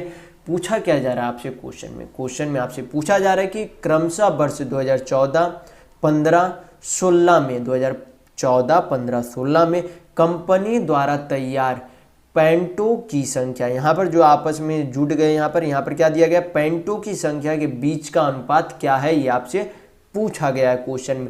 तो 2014 में जो है पैंट क्या है, पैंट जो है ये आपका जो है अंत में ये आपका कुछ सादे तरीके से यहाँ पर रंगा गया, वो आपका क्या बन रहा है, पैंट बन रहा है। तो 2014 में जो है पैंटों का उत्पादन कितना किया गया, 15 यूनिट किया गया। 2014 में कितना किया गया था, 15 यूनिट। 2015 में कितना किया गया, तो 2015 में कितना किया गया, 30 यूनिट किया गया। 2015 में कितना किया गया, 30 यूनिट। 2016 में कितना किया गया, 21 यूनिट किया गया। तीनों का पूछा क्या जा रहा, अनुपात पूछा जा रहा है। तो यहाँ पर क्या देखेंगे हम लोग, यहाँ पर देखने को मिल रहा है कि यहाँ पे 3 कॉमन हो रहा है, यानी कि 3 से क्या करेंगे, सभी को काट देंगे। तो कितना हो जाएगा, 3 5 15, 3 10 30, 3 7 21, यानी कि तीनों का अनुपात कितना हो जाएगा, 5:10:7 इसका आंसर होगा। तो यहाँ पर आपका ऑप्शन नंबर 1 बिल्कुल सही होगा। तो चलिए बढ़ते हैं नेक्स्ट क्वेश्चन की ओर। तो देखेंगे क्वेश्चन नंबर 20, आपका क्या है, सिंप्लीफिकेशन का क्वेश्चन है। बॉड मास थ्योरम मैं आपको इस वीडियो में बता चुका हूं कि क्या होता है। तो चलिए इस प्रश्न को हल करते हैं। तो यहाँ पर क्या दिया गया, सबसे पहले स्मॉल ब्रैकेट को हल करेंगे। तो यहाँ पर -4 +5 +1 है, यानी कि 5 + 1 कितना हो जाएगा, 6 हो जाएगा। तो -4 + 6 कितना बचेगा, -4 + 6 तो कितना हो जाएगा आपका, 2 आ जाएगा। कितना हो जाएगा, 2 हो जाएगा। तो 2 जब ब्रैकेट से बाहर निकलेगा, जब इस स्मॉल ब्रैकेट का हल करने पर 2 बाहर निकलेगा तो कितना बनेगा आपका, 3 + 2 इंटू क्या हो जाएगा, 8 हो जाएगा। यानी कि 8 दूनी कितना हो जाएगा, 16 हो जाएगा। 16 + 3 कितना हो जाएगा, 19 हो जाएगा। यानी कि ये सारे मिडिल ब्रैकेट तक का अगर हम लोग हल करेंगे तो कितना आंसर आता है, 19 आता है। कितना आंसर आता है, 19 आता है। तो अब हम लोग क्या करेंगे, सारा बिग ब्रैकेट जो बड़ा ब्रैकेट का है उसे सारा हल करेंगे। इधर सारा मिडिल ब्रैकेट तक का हल करने पर कितना आया, 19 आया। तो कितना हो जाएगा आपका, 6 - 19 प्लस कितना हो जाएगा, 12 हो जाएगा। तो आपका कितना हो जाएगा, 12 18, 18 माइनस 19 करेंगे तो कितना हो जाएगा 12, 6, 18 माइनस 19 करेंगे तो 18 माइनस 19 करेंगे तो कितना बचेगा -1 बचेगा। तो यानी कि आपका ब्रैकेट का सारा हल करने पर कितना आया -1 आया। तो आपका क्या बन रहा है यहाँ पर 2 माइनस, और यहाँ पर बड़ा ब्रैकेट का अंदर का वैल्यू कितना आ रहा है -1 आ रहा है, यानी कि -1 माइनस माइनस कितना हो जाएगा प्लस हो जाएगा, यानी कि कितना हो जाएगा आपका 2 + 1 यानी कि कितना हो जाएगा 3 हो जाएगा। तो यहाँ पर आपका ऑप्शन नंबर 3 बिल्कुल सही होगा। तो सिंप्लीफिकेशन को आप हमेशा जो है परीक्षा में ध्यानपूर्वक बनाया करेंगे। तो चलिए बढ़ते नेक्स्ट क्वेश्चन की ओर। तो देखेंगे क्वेश्चन नंबर 21। यहाँ पर दिया गया है कि 6 बच्चों के पास चॉकलेट की औसत संख्या क्या है 6 है। फिर बोला कि यदि एक बच्चा उनके साथ शामिल हो जाए तो 7 बच्चों के पास चॉकलेट की औसत संख्या कितनी हो जाती है 7 हो जाती है। तो आपसे पूछा जा रहा है कि 7वें बच्चों के पास चॉकलेट की संख्या क्या है। जो 7वें बच्चे जो नए उसमें 7वें नंबर के बच्चे जो उसमें शामिल हुए थे उनके पास चॉकलेट की संख्या क्या है, ये आपसे पूछा जा रहा है। तो सबसे पहले हम लोग देख लेंगे कि 6 बच्चों का जो है औसत संख्या अगर 6 है तो कुल मिलाकर 6 स्टूडेंट का जो है कुल मिलाकर कितने टॉफी थे 6 बच्चों के पास, यानी कि कुल कितने चॉकलेट थे। तो 6 बच्चों के पास औसतन 6 चॉकलेट थे, तो कुल कितने चॉकलेट हो जाएंगे तो 6 छक 36 चॉकलेट हो जाएंगे, यानी कि पहले जो है 6 स्टूडेंट के पास कितने चॉकलेट थे 36 चॉकलेट थे। लेकिन जब 7वां बच्चा आया उसमें, यानी कि 7 स्टूडेंट का कुल मिलाकर कितने औसत हो गए, नया औसत कितना हो गया 7 हो गया। जब 7वां स्टूडेंट उसमें शामिल हुआ तो उसका औसत कितना हो गया, औसत चॉकलेट भी कितना हो गया 7 हो गया। तो यहाँ पर क्या निकाल सकते कि 7 बच्चों का कुल चॉकलेट कितना है, तो 7 बच्चों का औसत चॉकलेट 7 है, यानी कि कुल मिलाकर कितना हो जाएगा 7 7 49 चॉकलेट हो जाएगा। तो कुल मिलाकर 6 स्टूडेंट का 36 चॉकलेट था। जब 7वां बच्चा आया तो कुल मिलाकर कितने चॉकलेट हो गए 49 चॉकलेट हो गए। तो 7वां जब 49 माइनस 36 करेंगे तो क्या निकल जाएगा 7th स्टूडेंट का चॉकलेट निकल जाएगा। तो कितना हो जाएगा 49 माइनस 36 तो 13 आ जाएगा, यानी कि जो 7वां स्टूडेंट यानी कि 7वां विद्यार्थी आया तो उसके पास कितने चॉकलेट थे 13 चॉकलेट थे। तो यहाँ पर आपका ऑप्शन नंबर 2 बिल्कुल सही होगा। तो चलिए बढ़ते हैं नेक्स्ट क्वेश्चन की ओर। तो देखेंगे क्वेश्चन नंबर 22। यहाँ पर दिया गया है कि ए ने सुबह 6 बजे उत्तर दिशा की ओर जो है दौड़ना शुरू किया। ए जो है मान लीजिए एक यहाँ पर पॉइंट है, यहाँ से दौड़ना शुरू किया किस तरफ उत्तर की तरफ। इधर क्या है उत्तर की ओर है, ये आपका क्या है उत्तर दिशा में है, ये आपका क्या है उत्तर दिशा में। उत्तर दिशा में क्या हुआ 6 बजे जो है 6 बजे सवेरे जो है क्या किया 6 बजे जो है सवेरे जो है चलना शुरू किया किधर, ए जो है उत्तर की तरफ दौड़ना शुरू किया। फिर बोला गया कि बी ने सुबह 10 बजे जो है उत्तर दिशा की ओर जो है दौड़ना शुरू किया। बी जो है 10 बजे, ए जो है 6 बजे ही दौड़ना शुरू किया था, बी जो है उसी दिशा में यानी कि उत्तर दिशा में ही कितने बजे दौड़ना शुरू किया 10 बजे दौड़ना शुरू किया, यानी कि 10 बजे सवेरे जो है दौड़ना शुरू किया। फिर बोला गया कि ए और बी की गति का अनुपात कितना है 3:7 है, यानी कि ए की चाल कितनी है 3 मीटर पर सेकंड मान लेते हैं। यहाँ पर अनुपात में दिया गया तो यहाँ पर क्या मान लेंगे कि ए जो है 3 मीटर पर सेकंड है और बी जो है 7 मीटर पर सेकंड की गति से चल रहा है।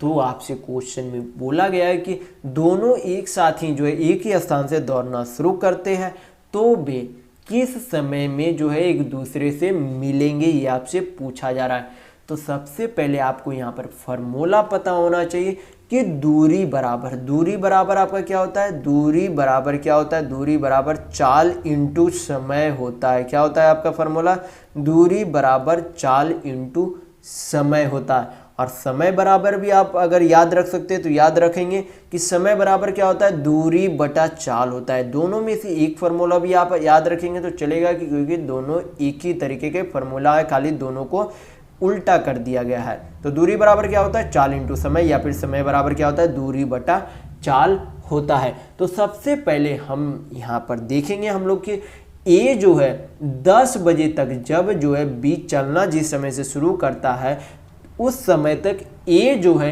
कितनी दूरी चल चुका होगा। क्योंकि ये जो है कितने बजे से शुरू हो जाता है चलना, 6 बजे से चलना शुरू हो जाता है। तो 10 बजे तक कितना समय हो गया, 4 घंटा। यानी कि हमें चेक करना होगा ये जो है 4 घंटे में कितनी दूरी अभी तक तय कर लिया होगा। तो ए की जो है यहाँ पर चाल कितना दिया गया, 3 मीटर पर सेकेंड मान लेते कि चाल दिया गया। तो 4 घंटे में सॉरी यहाँ पर 3 मीटर पर सेकेंड है, किलोमीटर प्रति घंटा मान लेते क्योंकि यहाँ पर समय किस में दिया गया, घंटा में दिया गया। तो यहाँ पर 3 किलोमीटर प्रति घंटा मान लेते, उससे कोई अंतर नहीं पड़ेगा यहाँ पर। तो क्या 3 किलोमीटर प्रति घंटा, तो दूरी बराबर अभी आपको फार्मूला बताया गया कि दूरी बराबर क्या होता है, चाल इंटू समय। तो चाल इसका कितना है, एक का 3 किलोमीटर प्रति घंटा और समय कितना है, 4 घंटा। यानी कि 10 बजे तक ये जो है कितने दूरी चल चुका होगा, 4 तिया 12 किलोमीटर चल चुका होगा। ये जो है कितने किलोमीटर चल चुका होगा, 12 किलोमीटर चल चुका होगा। तो बी को जो है अब उसे जो है ए से मिलने के लिए, क्योंकि ए तो अभी आगे चल रहा है, क्योंकि बी ने तो अभी तक शुरुआत भी नहीं किया, ये जो अभी आगे चल रहा है, तो बी को ए से मिलने के लिए ये जो 12 किलोमीटर की दूरी बची है, क्योंकि जिस समय से बी शुरू करेगा उस समय तक ए ने जो है 12 किलोमीटर दूरी ट्रैवल कर चुका होगा। तो ए को जो है 12 किलोमीटर की दूरी जो है उसे क्या करना पड़ेगा, उसे जो है 12 किलोमीटर की दूरी उसे जो है कवर करना पड़ेगा। तो बी को जो है कितना जो है दूरी कवर करना पड़ेगा, 12 किलोमीटर एक्स्ट्रा कवर करना पड़ेगा 10 बजे से, जब से वह चलना शुरू करेगा। तो बी जो है कितने की चाल से चल रहा है, 60 किलोमीटर प्रति घंटा की चाल से चल रहा है, और ये जो है कितने की चाल से चल रहा है, 3 किलोमीटर प्रति घंटा की चाल से चल रहा है। तो दोनों हमें पता है कि दोनों एक ही दिशा में जा रहे हैं, ए और बी क्या हो रहा है, दोनों एक ही दिशा में जा रहा है। तो जब दोनों कोई भी चीज एक ही दिशा में जाती है, या फिर कोई व्यक्ति हो या फिर कोई ट्रेन हो, तो उसकी चाल यानी कि उसकी स्पीड जो है क्या होती है, घटती है। उसकी स्पीड क्या होती है, घटती है। तो 7 - 3 कितना हो जाएगा, 4 किलोमीटर प्रति घंटा। तो उसे कवर कितना डिस्टेंस करना, 12 किलोमीटर दूरी उसे तय करना है, 4 की चाल से तय करना है। तो क्या निकल जाएगा, टी यानी कि टाइम निकल जाएगा, कितने समय बाद ए और बी आपस में मिलेंगे। तो क्या करेंगे, 4 से काटेंगे, 12 कितना बार में चला जाएगा, 3 बार में चला जाएगा, यानी कि 3 घंटा यहाँ पर आपका आंसर आ जाएगा। लेकिन पूछा जा रहा है कि कितने बजे मिलेंगे। तो बी जो है 10 बजे से चलना शुरू करता है, 3 घंटे बाद आपस में मिलेंगे। तो 10 बजे के बाद 3 घंटा यानी कि कितने बजे मिलेंगे, तो 1 PM में मिलेंगे, यानी कि 1 बजे दोपहर में मिलेंगे ए और बी। तो यहाँ पर आपका ऑप्शन नंबर 3 बिल्कुल सही होगा। तो चलिए बढ़ते हैं नेक्स्ट क्वेश्चन की ओर। तो देखेंगे क्वेश्चन नंबर 23। यहाँ पर दिया गया है कि 7 व्यक्तियों के पास यहाँ पर जो है 20, 30, 40, 50, 60, 70, 80 क्या है, चॉकलेट है। फिर बोला गया ये कि यदि उनमें से प्रत्येक को जो है 5 अतिरिक्त चॉकलेट दी जाती है, तो अब उनके पास चॉकलेट की औसत संख्या क्या होगी, ये आपसे पूछी जा रही है।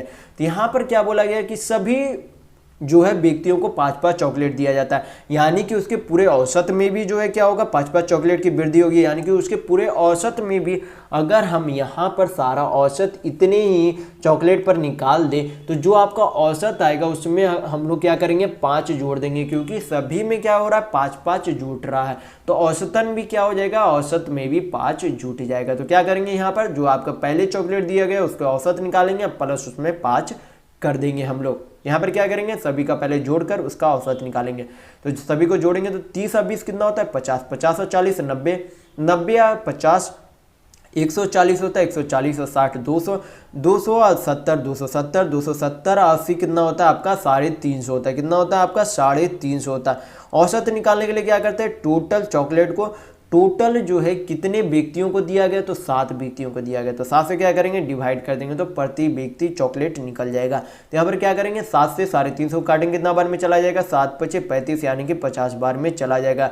यानी कि प्रति व्यक्ति जो है कितने चॉकलेट है, 50 चॉकलेट है। और प्रत्येक व्यक्ति को जो है कितना अतिरिक्त चॉकलेट बाद में दिया गया, 5 चॉकलेट अतिरिक्त सभी व्यक्ति को दिया गया, यानी कि उसके औसत में भी क्या हो जाएगा, 5 की वृद्धि हो जाएगी। तो कितनी हो जाएगी, 50 + 5 यानी कि 55 क्या हो जाएगा, उसके पास अब नया औसत हो जाएगा चॉकलेट का। तो यहाँ पर आपका ऑप्शन नंबर 3 बिल्कुल सही होगा। तो चलिए बढ़ते हैं नेक्स्ट क्वेश्चन की ओर। तो देखेंगे क्वेश्चन नंबर 24।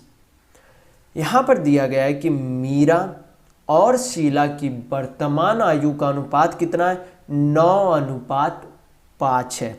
फिर बोला गया कि 8 साल बाद शीला की आयु मीरा की वर्तमान आयु के बराबर हो जाएगी। ये आपको क्वेश्चन जो है पढ़ कर समझना होगा कि क्वेश्चन में बोला क्या जा रहा है। क्वेश्चन में बोला गया कि मीरा और शीला का वर्तमान आयु कितना है? 9:5 है। फिर बोला गया कि 8 साल बाद जो है शीला की आयु मीरा की वर्तमान आयु के बराबर हो जाएगी। यानी कि मीरा की जो अभी वर्तमान आयु है 8 साल बाद जितना शीला की आयु होगी उतना ही जो है मीरा की वर्तमान आयु के बराबर होगी। यानी कि जो अभी यहाँ पर अनुपात में अंतर है उतना ही ये क्या है? उतना ही ये साल के बराबर है। यानी कि अनुपात में कितना अंतर है? 9 में से 5 गया तो कितना हो जाएगा? 4 यूनिट। यानी कि 4 यूनिट बराबर कितना साल है? 8 साल है। तो यहाँ पर क्या निकल जाएगा? 1 यूनिट बराबर कितना हो जाएगा? 2 साल हो जाएगा, क्योंकि 4 से 8 को काटेंगे तो 2 बार में चला जाएगा। यानी कि 1 यूनिट बराबर कितना हो गया? 2 ईयर्स हो गया। तो यहाँ पर पूछा क्या जा रहा है आपसे क्वेश्चन में कि शीला की वर्तमान आयु क्या होगी। क्या पूछा जा रहा है? कि शीला की वर्तमान आयु क्या होगी। तो शीला का जो है यहाँ पर वर्तमान आयु का यूनिट में वैल्यू कितना दिया गया था? 5 यूनिट वैल्यू दिया गया था। तो 1 यूनिट का वैल्यू 2 साल, तो 5 यूनिट का वैल्यू निकालने के लिए क्या करेंगे? 5 से गुना करेंगे तो कितना हो जाएगा? 10 साल हो जाएगा। यानी कि शीला की वर्तमान आयु कितनी है? 10 साल। तो यहाँ पर आपका ऑप्शन नंबर 1 बिल्कुल सही होगा। तो चलिए बढ़ते हैं नेक्स्ट क्वेश्चन की ओर। तो देखेंगे क्वेश्चन नंबर 25। यहाँ पर क्वेश्चन में दिया गया है कि एक समबाहु त्रिभुज का क्षेत्रफल 173 सेंटीमीटर स्क्वायर है। तो आपसे पूछा जा रहा है कि समबाहु त्रिभुज का परिमाप क्या होगा। तो सबसे पहले आपको पता होना चाहिए कि समबाहु त्रिभुज के यानी कि इक्विलैटरल ट्रायंगल के एरिया का यानी कि उसके क्षेत्रफल का फॉर्मूला क्या होता है।